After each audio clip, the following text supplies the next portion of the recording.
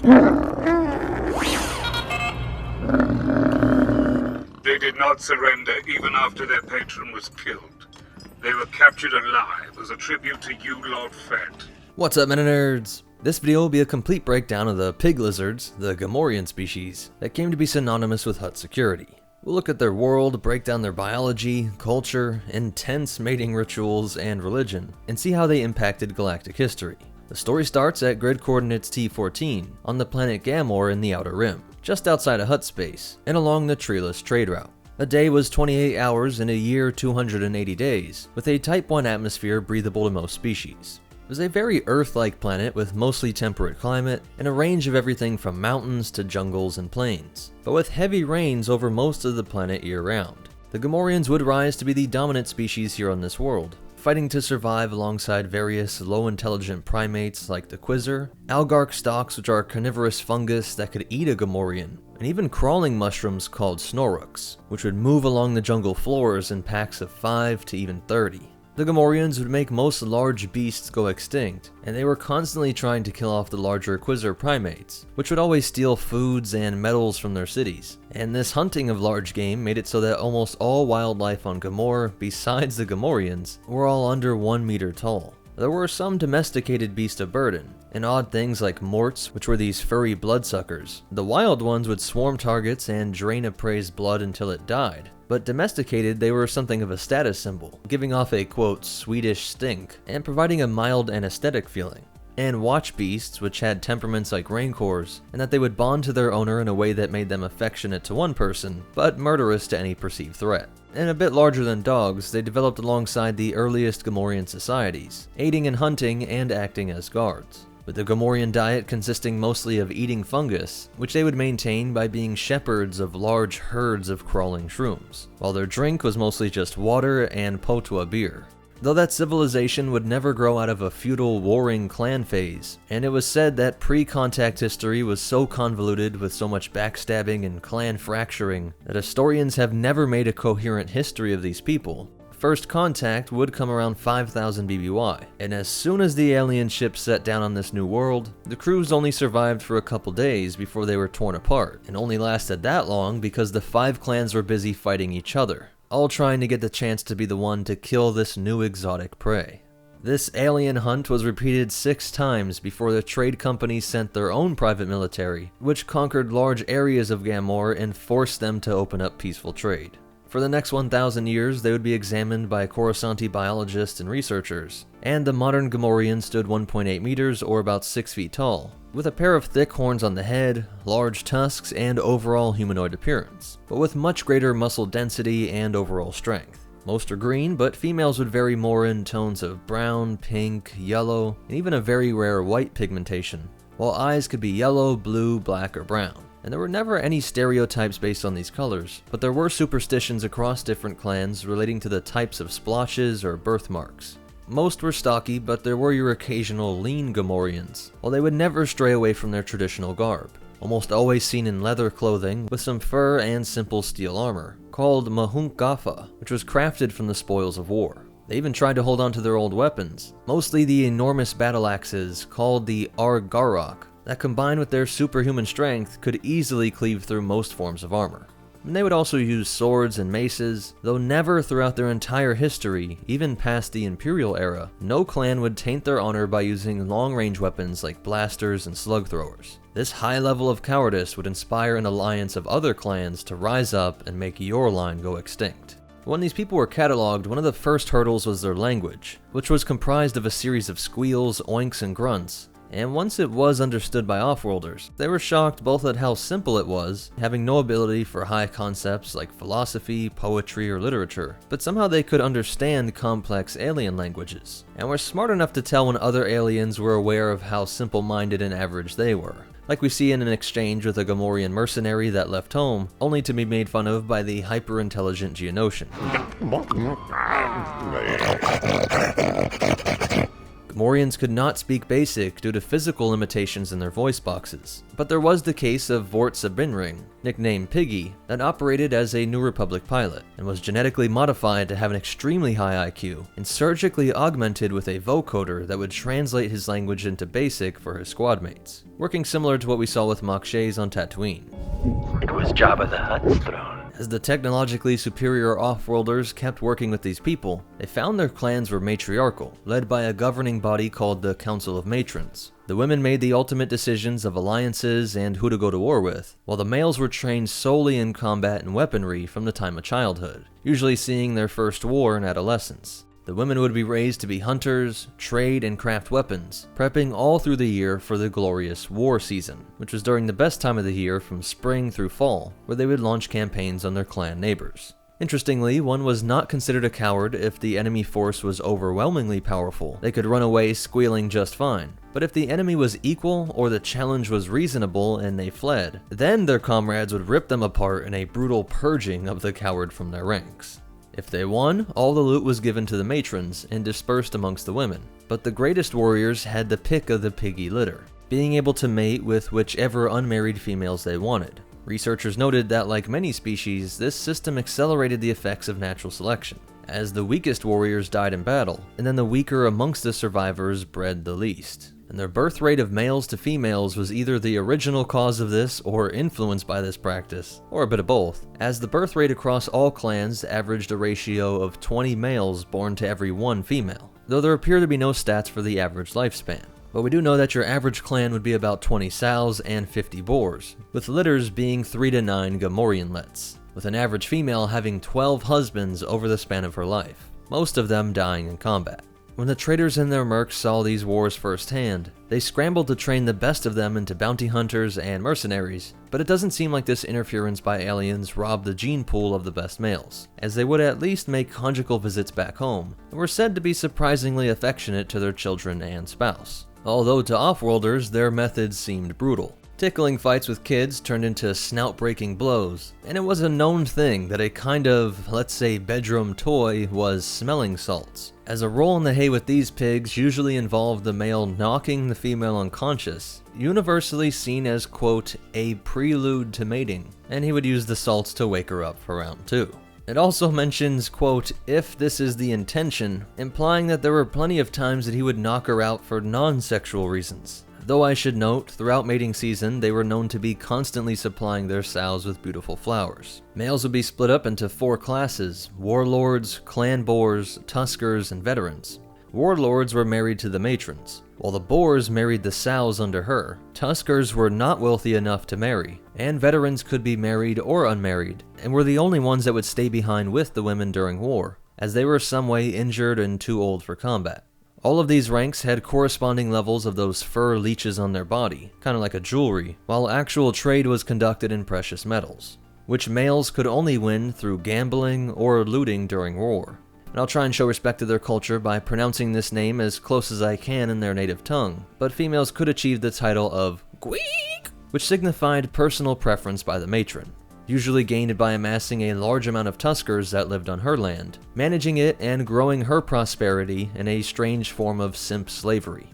But as long as they could visit their families, these warriors jumped at the opportunity to fight wars across the galaxy, with all sorts of high-tech weaponry and against all kinds of new enemies. Some were so excited to fly off in some spacefaring warship that they begged to fight, without the concept of payment, and many companies were all too happy to take on essentially Gamorrean war slaves. Though over time a contract became standard, even then they insisted that either the employer or representative must choose to physically fight them or one of their clanmates. This is the only way to tell if the employer was properly strong, and the fight wasn't supposed to be to the death, but they would draw blood and then sign a contract in that blood.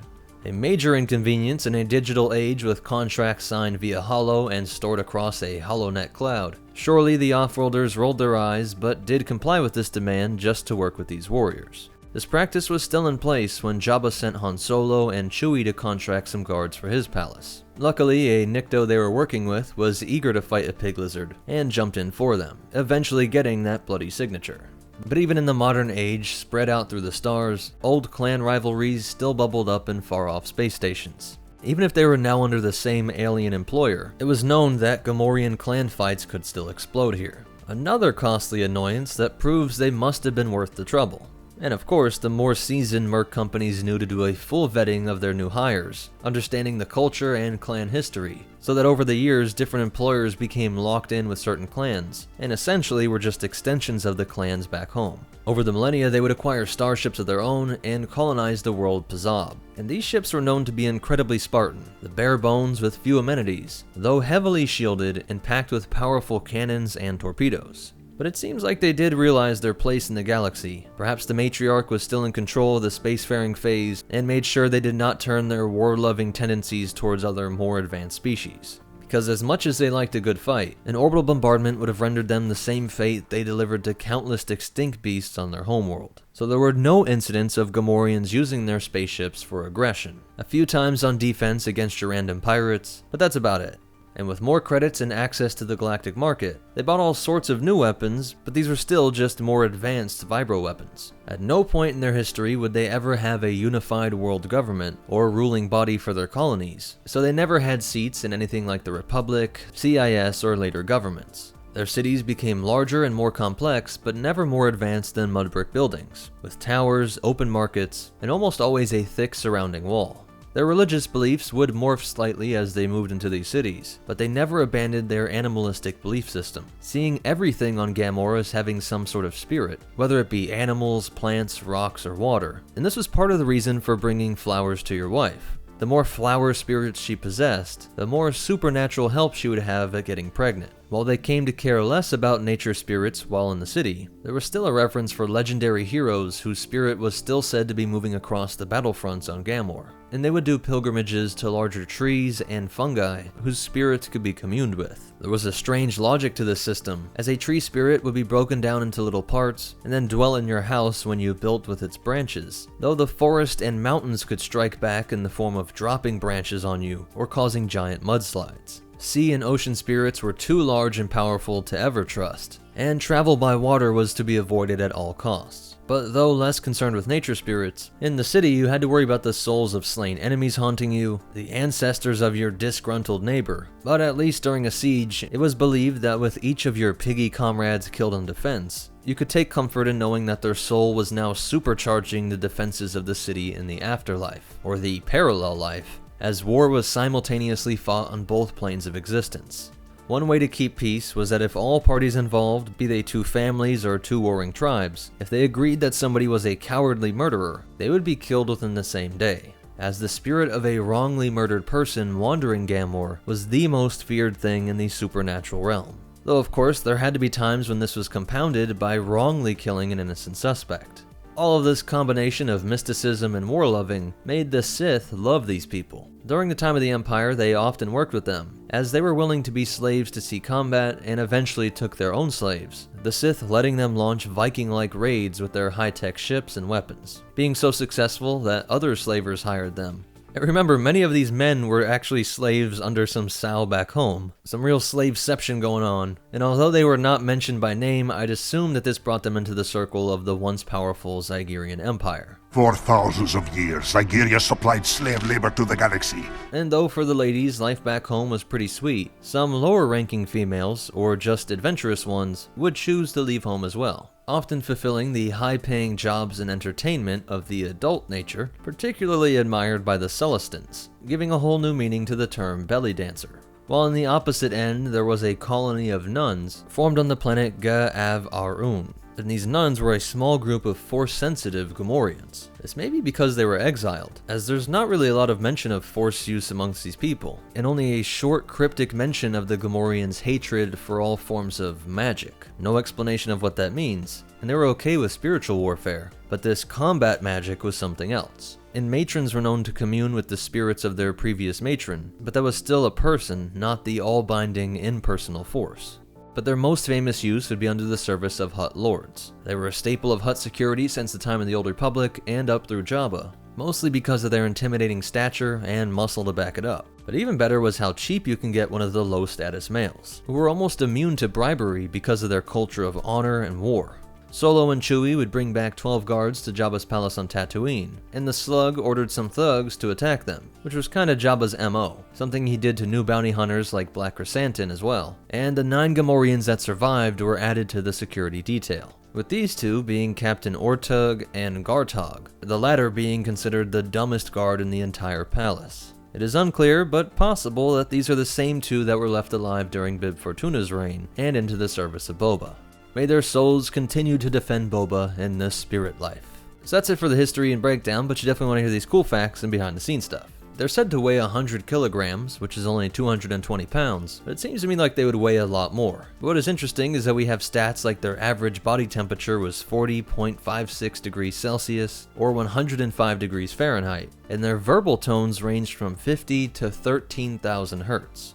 During the Clone Wars, we see one of the only times that a Gamorrean was not some sort of warrior, with one being a clown with the Prego Circus. Besides being guards, many would be the staple of underground and professional fighting rings, so it's funny to think that Black Krrsantan's rise to the top would have him killing countless numbers of them.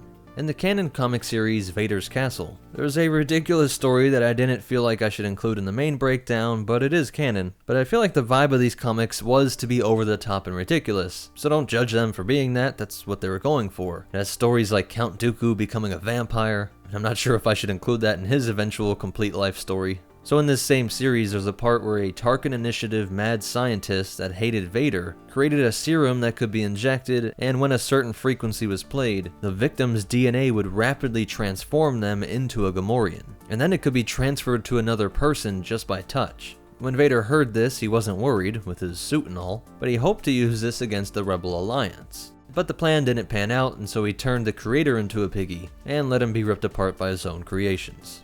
And this one's a legend story, which I didn't know what to do with, but Gork and Thok were brothers that were guards in Jabba's palace, who had, quote, magic powers, being able to shoot fire from their mouths, which was said to be some sort of force power. The earliest sketches of them were by Ralph McQuarrie, who did most of the beautiful concept art you've seen, and it had them being a sort of lizard bear thing, and later Joe Johnston formed them into being more pig-like. They were to have no clothing on their upper body, but the seams of the costume were too obvious, so leather and metal was added to cover it all up.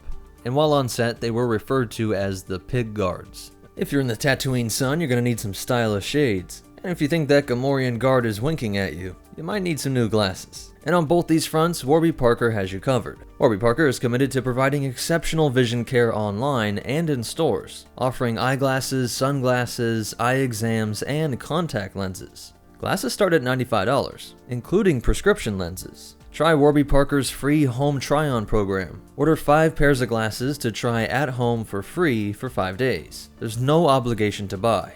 It ships free and includes a prepaid return shipping label. This is exactly what I did, and I don't need glasses yet, so with summer coming up I went with these sunglasses. This home try-on program is amazing and straightforward. You fill out a short questionnaire about your face width, shapes you prefer, colors, materials, and you get a personalized list with a ton of options. They also show you staff picks, and as you can see, there are so many options to choose from. And before you know it, your home try-on package arrives, and it's really important for buying something like this online. You really want to get your hands on it, feel the quality, and see if they look as good in person. Get some second opinions, and if you do decide to purchase one, you head over to your account, click the lenses you want to purchase, and specialize how you want them built for you. Even with the sunglasses, you can see it shows the options from 100% UV blocking to single vision or progressives, and even readers. And this is true for all of their glasses. Sunglasses can be made into optical lenses and vice versa. You can have optical frames crossed over into sunglasses. And that's just one of their many features like adding blue filtering and free adjustments at retail locations. Try on 5 pairs of glasses at home for free at warbyparker.com/metanerds. Check them out with the link down below. So that's it for the Gamorreans. If you like this video, the best way to help me out is to hit that like button, share the video somewhere, leave a comment about something you learned or ideas for future videos, and be sure to subscribe if you want to see more. Check out the links in the descriptions for other videos, affiliate links for discounts on audiobooks and amazing Star Wars art, and our Patreon and PayPal. Special thanks to our supporters over on Patreon, especially our $25 tier supporters, Bill Payne, Oscar Jones, and Renee Flores. But most important of all, remember, make sure you understand the other person's culture first. Not everyone sees smelling salts and a concussion as an aphrodisiac, and the Force will be with you always.